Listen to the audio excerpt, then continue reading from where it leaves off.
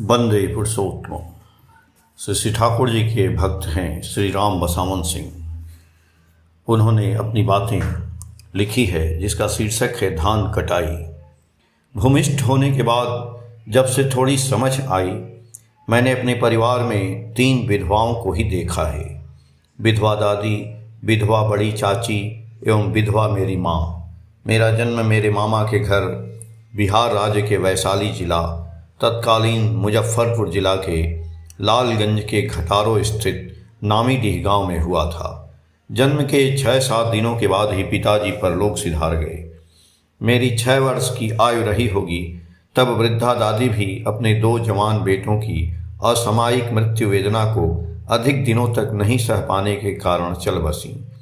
अब परिवार में मेरे अतिरिक्त वृद्धा चाची एवं माँ रह गईं। वैशाली जिला के ही हाजीपुर के महुआ के अंतर्गत बेलकुंडा गांव ही हमारा निवास स्थल है। उस समय कृषि ही जीवन निर्वाह का एकमात्र संबल था।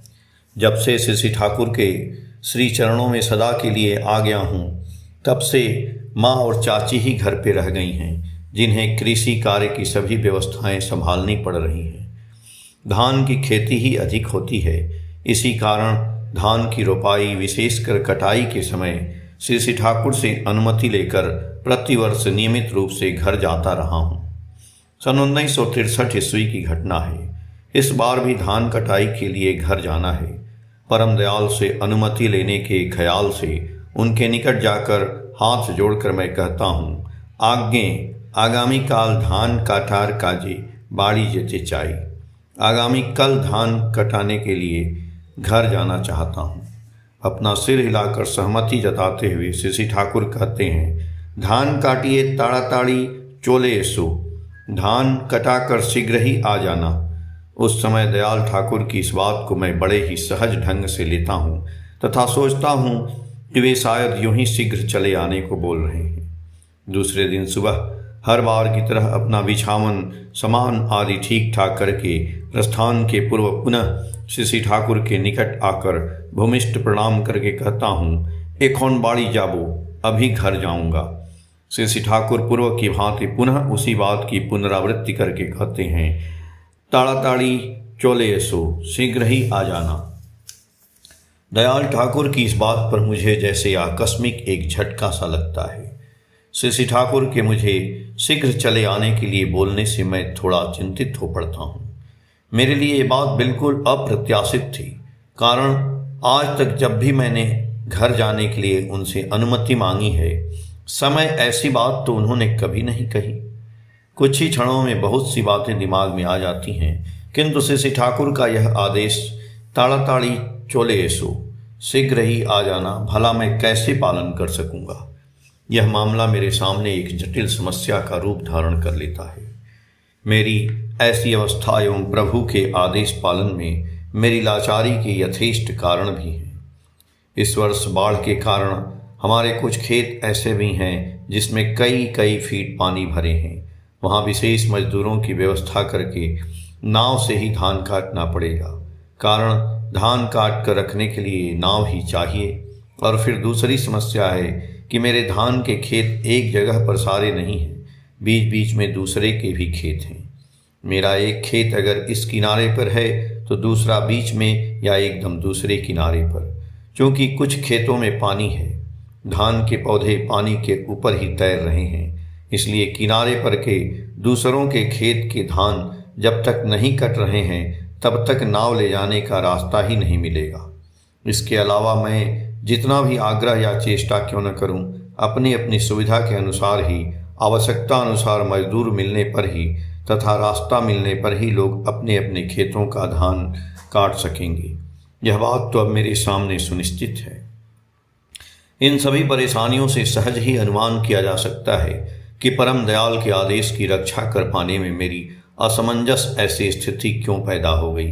अतः यह भी सहज ही अनुमेय है कि इतनी सारी असुविधाओं को दूर कर धान कटाकर भला मैं शीघ्र वापस कैसे आ सकूंगा।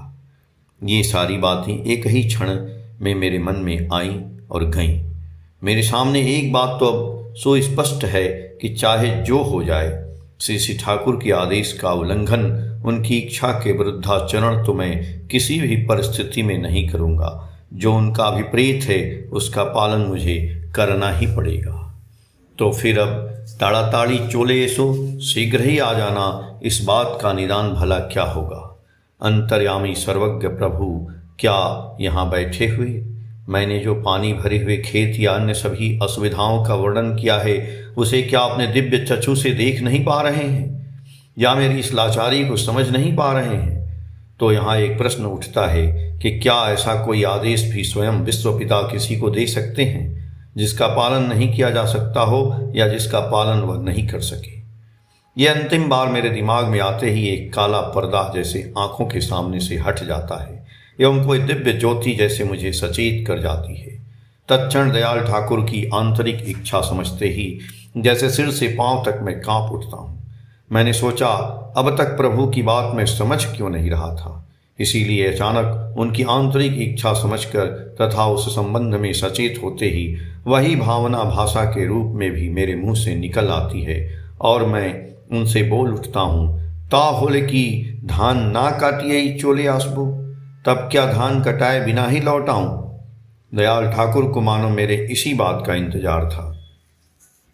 मेरे मुंह से ये बात निकलते ही श्री ठाकुर का श्री मुखमंडल जैसे महानंद की ज्योति से चमक उठता है।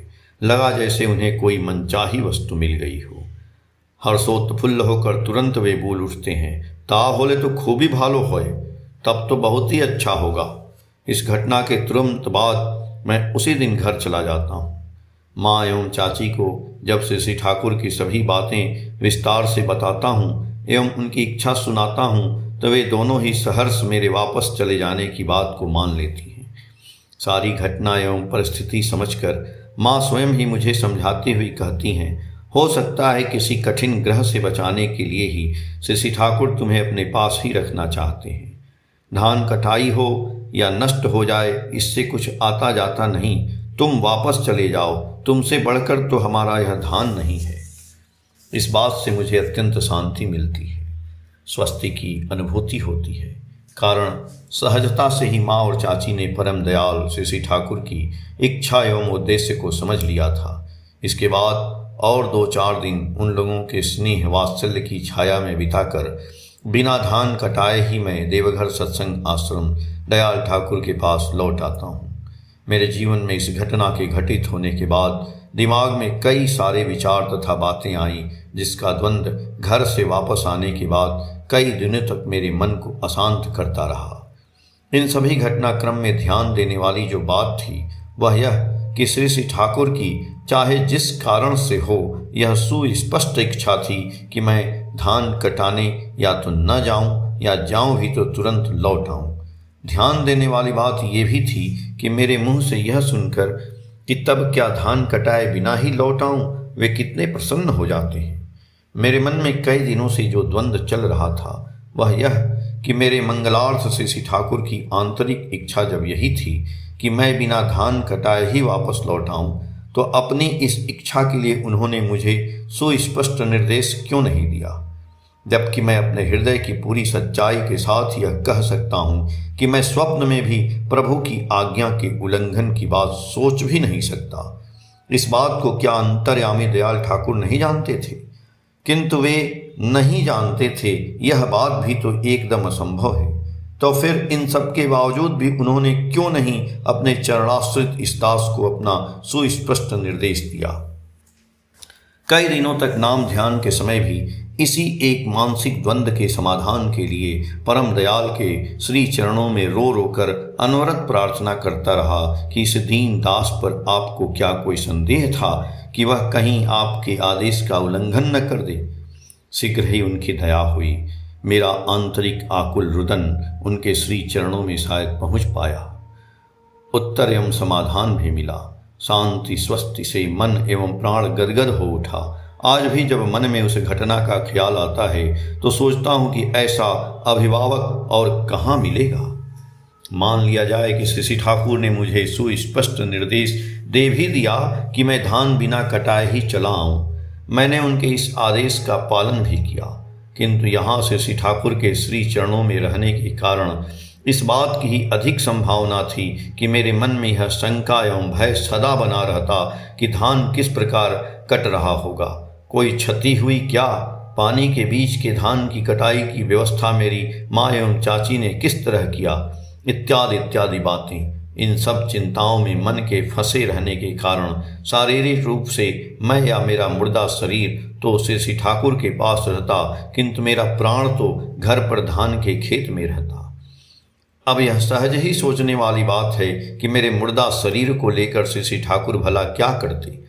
उन्हें तो शरीर चाहिए प्राण से भरपूर, जीवंत, नियत, जागृत। इसी से केवल मात्र अपना आदेश मेरे ऊपर डालकर मुझे भराक्रांत कर मुझे निर्जीव पराक्रमहीन बनाकर रखना वे नहीं चाहते। मैं स्वतः ही जिससे उनकी इच्छाओं को समझकर अपना प्राण संवेग लेकर सानंद उनके निर्देशानुसार चल सकूं, तभी तो शक्ति आएगी, स्वस्ति आएगी, स्वधा आएगी, अंतरस्थ ईश्वर की सजग दूरदृष्टि आएगी।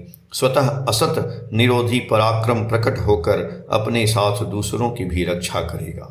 राम चाहते हैं अपने हनुमान के चरित्र में, अपने भक्त के चरित्र में स्वयं प्रकट होकर लीला करना। वे किसी को भी अपने पांव के तले कृतदास की तरह दबा कर रखना पसंद नहीं करते, अपनी भगवत्ता को अपने ही तक सीमित रखना नहीं चाहती। जय गुरु।